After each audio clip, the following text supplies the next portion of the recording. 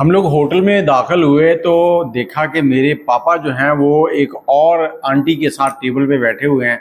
मेरी मम्मा ने पहले उनकी वीडियो बनाई और फिर झगड़ा शुरू हो गया। अस्सलाम वालेकुम, कैसे हैं आप लोग। मैं हूं आपके साथ अदनान और आज मैं आपसे एक 13 साला हादिया की कहानी शेयर करने जा रहा हूं कि माँ बाप के लड़ाई झगड़े बच्चों के ऊपर कैसे असरअंदाज होते हैं। बच्चे तो फूल जैसे होते हैं। अब ये 13 साला बच्ची अपनी कहानी सुनाती है और बताती है कि जैसे ही उसने होश संभाला, मतलब कि उसको समझ आने लगी कि ज़िंदगी क्या है, तो कहती मैं देखती हूँ कि मेरी मम्मा जो है वो टेबल के ऊपर बैठी हुई रो रही हैं, डाइनिंग टेबल के ऊपर, और मेरे जो पापा हैं और मेरी जो दादी हैं मम्मा को डांट रही हैं। कहती ये चीज़ें सुन रही थी और ये चीज़ें रोज़ होती थी।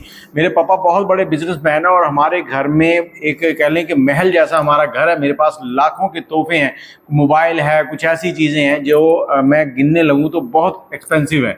लेकिन अगर मेरे पास नहीं है तो मेरे पास मम्मा और पापा नहीं है। वो मेरे साथ होते हुए भी मेरे साथ नहीं है।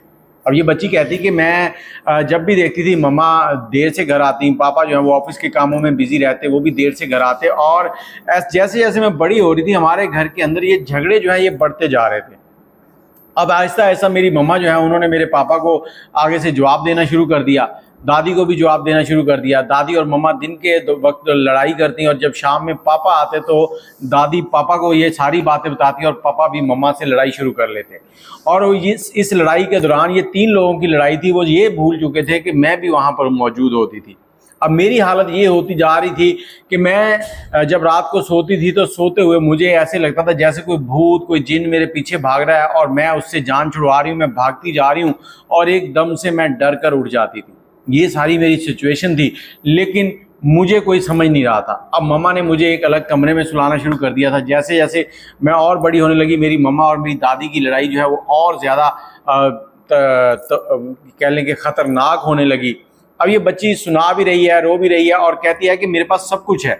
अब एक वक्त आया कि जब मेरी मम्मा मेरी दादी से लड़ाई कर रही हैं और मेरी उम्र तकरीबन उस वक्त 8-9 साल के करीब थी, और मेरी मम्मा ने मेरे पापा को कहा कि शाम को जब पापा आए कि आज फैसला हो जाएगा, या तुम्हारी वालदा इधर रहेंगी या मैं रहूँगी। और इतनी देर में दादी ने मेरे ताया अबू हैं उनको भी फ़ोन कर दिया था। ताया अबू भी आ गए और हम लोग देख रहे हैं, सारे एक दूसरे को समझा रहे हैं। ताया अबू ने बहुत कोशिश की कि दादी को समझाएं, मम्मा को समझाएं, पापा को समझाएं, लेकिन कोई भी किसी की बात समझने को तैयार नहीं था।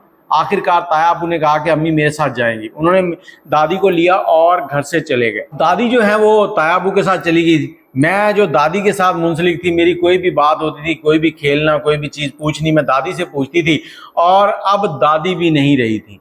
अब मैं परेशान थी, लेकिन मेरी इस परेशानी का हल इस तरह निकला कि हमारे पीछे सर्वेंट क्वार्टर थे, जो मेरे पापा के ड्राइवर थे, उनकी भी एक बेटी थी जो मेरी हम उम्र थी, आयशा नाम था उसका। और कहती कि मैं अपने घर से जैसे ही मेरे मम्मी और पापा चले जाते तो मैं छुपते छुपाते पीछे वाले दरवाजे से सर्वेंट क्वार्टर में चली जाती और आयशा के साथ खेलती रहती।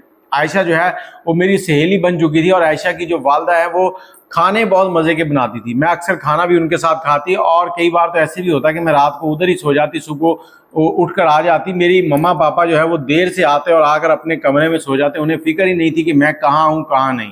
मैं स्कूल भी जाती और डरी डरी रहती। और अब वक्त के साथ साथ मेरे जो डरावने ख्वाब थे वो बढ़ते जा रहे थे। अब एक रोज़ ऐसे हुआ कि मैं पीछे अपनी सहेली के पास जा रही हूँ सर्वेंट क्वार्टर की तरफ, तो मेरी मम्मा ने कैमरे में देख लिया कि मैं पीछे जा रही हूँ। मेरी मम्मा ने मुलाजिम को भेजा और मुझे वहाँ से बुलाया और बुलाकर मुझे कहने लगी कि तुम पीछे उनके बच्चों से खेलती हो, वो तो गंदे लोग हैं, तुम उनके साथ खेल कर गंदी हो जाओगी। अब ये बच्ची कहती कि मैं ये सोच रही हूँ कि उसके पापा मेरे पापा के ड्राइवर हैं, जैसी मैं हूँ वैसी वो है, तो वो गंदे कैसे हो गए, वो हमारे ही तो क्वार्टरों में रहते हैं। अगर वो गंदे हो तो वो कहीं और जाके रह लें, मेरे पापा ने उनको ड्राइवर क्यों रखा हुआ है। ये सारी चीज़ें मैं सोच सोच के परेशान थी, लेकिन मेरी मम्मा ने मुझे बहुत डांटा, इतना डांटा कि अब मेरा उस तरफ दाखिला जो है वो बंद कर दिया। कहती फिर कुछ दिनों तक तो मैं ऐसे ही परेशान रही। उसके बाद मैंने इस चीज़ का हल ढूंढ लिया। मैंने व्हाट्सएप के ऊपर एक ग्रुप बनाया, क्योंकि मेरी उम्र जो है वो 10 साल के करीब हो चुकी थी, और व्हाट्सएप पे मैंने ग्रुप बनाया। उस ग्रुप में मैं क्या करती थी कि मैंने अपनी आयशा सहेली को ऐड कर लिया, उसकी क्लास की कुछ सहेलियों को ऐड कर लिया, और व्हाट्सएप से मैं उसे लाइव कॉल करती और जो काम मैं कमरे में कर रही होती थी वो काम मैं उसको भी दिखाती थी, वो अपनी तरफ लाइव ऑन होती थी। तो हम एक दूसरे को देख लेते थे, बातें कर लेते थे। तो मेरा ये वक्त जो है गुजरने लगा। अब काफ़ी टाइम गुजर चुका था। एक रोज़ मम्मा जो है बैठी हुई हैं, मैंने मम्मा से कहा कि मम्मा आज आपकी शादी की सालगिरह है, तो आज हम कहीं बाहर न चले। मम्मा ने भी कहा ठीक है। तो मैंने उनसे कहा कि मम्मा ऐसे करते हैं, दादी को भी बुला लेते हैं। मामू को भी बुलाते हैं, ताया अबू को भी बुलाते हैं, हम सब इकट्ठे जाएंगे। तो मम्मा ने सबको बुला लिया और शाम के वक्त जब हम घर से तैयार होकर निकले तो मम्मा ने पापा को फ़ोन किया कि हम लोग घर से निकल आए हैं, तो आज हमारी सालगिरह है, तो बच्चे कह रहे हैं कि हमने कहीं बाहर खाने जाना है। तो पापा ने साफ इनकार कर दिया। पापा कहते हैं कि मैं एक ज़रूरी मीटिंग में मौजूद हूँ, तो आप लोग चले जाए, मैं नहीं जा सकता। अब हम जिस जगह जा रहे थे, मम्मा ने कहा कि जब तुम्हारे पापा नहीं आ रहे तो हम वहाँ जाकर क्या करेंगे, तो हम यहाँ नज़दीक ही किसी होटल में चले जाते हैं। हम वहाँ नज़दीक होटल में गए। जैसे हमने दरवाज़ा खोला तो मम्मा की सामने नज़र पड़ी कि पापा बैठे हुए हैं और पापा एक औरत के साथ बैठे खाना खा रहे हैं। अब मम्मा ने पहले तो वहीं खड़े होकर एक वीडियो बनाई, दादी जो है वो भी देख रही हैं, मैंने भी यही देखा, और उसके बाद दादी मुझे लेके एक दूसरे कॉर्नर पे चली गई हैं। उधर मम्मा उस तरफ गई हैं। मम्मा ने जाके पापा के साथ लड़ाई शुरू कर दी और मम्मा जो है वो लड़ाई करते करते उस औरत के बाल पकड़ के खींचने लगी, तो पापा ने मेरी मम्मा को थप्पड़ दे मारा। अब ये थप्पड़ इतना जन्नाटेदार था कि एकदम से खामोशी हो गई। उसके बाद दादी ने दोनों को बुरा भला कहा और कहा कि चलो घर चले। हम लोगों ने खाना भी नहीं खाया और वहाँ से हम घर वापस आ गए हैं। मुझे मम्मा ने आकर मेरे कमरे में सुला दिया और खुद रोते हुए अपने कमरे में चली गई। मैं सो गई और सोने के कुछ देर के बाद मम्मा आई, दरवाज़ा खुला और मुझे उन्होंने जगाया और मुझे बाजू से घसीटते हुए लेके जा रही हैं और कहती कि चलें, हम मामू के घर जा रहे हैं, हमें यहाँ नहीं रहना, क्योंकि मम्मा ने पापा के साथ खूब झगड़ा किया था। अब मुझे समझ नहीं आई कि झगड़े में क्या बात हुई थी। और इसमें एक चीज़ और बताता चलूँ कि इससे पहले एक और झगड़ा भी हो चुका था। उस झगड़े के दौरान भी ये पूरे की पूरी फैमिली इकट्ठी थी और उसमें इस बच्ची के जो मामू थे उनको सब कह रहे थे कि तुम इनको पैसे क्यों नहीं दे रहे, जबकि मामू कह रहे थे कि जब ये मुझे इंतकाल कराएंगे तो मैं पैसे तभी दूंगा। कहते उसमें मुझे यही समझ आई कि मामू ने पापा से कोई चीज़ खरीदी है, उसके पैसे पूरे नहीं दिए, पापा पैसे मांग रहे हैं और वो कह रहे हैं कि पैसे बाद में दूंगा, पहले इंतकाल कराओ। उस वक्त भी मामू के साथ काफ़ी झगड़ा हुआ पापा का। मम्मा जो है मामू की साइड ले रही थी और इस वाक़े के बाद मम्मा जो है जिस तरह से पापा जवाब देते थे इसी तरह से मम्मा भी पापा को जवाब देती थी, उनसे घबराती नहीं थी। जैसा कि शुरू में मैंने बताया कि मम्मा रोती रहती थी, अब वो रोती नहीं थी, अब वो आगे से जवाब देती थी।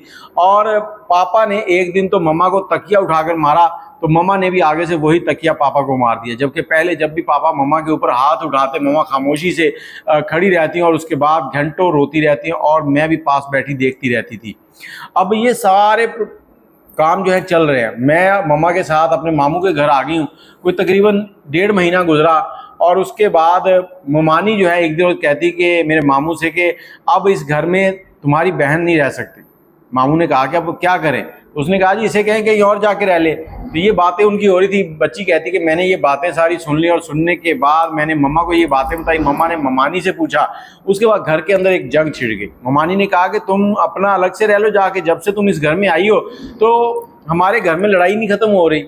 और ये बच्ची हानिया कहती कि मैं अपनी नानी के साथ अब रहती हूँ। नानी मेरी जो है वो मरीज़ हैं, वो चल फिर नहीं सकती, बेड पर होती, मैं उन्हीं के पास बैठी रहती हूँ। और इस लड़ाई के बाद मम्मा अब कह रही हैं कि हम कहीं और किराए का घर लेंगे, वहाँ पर रहेंगे।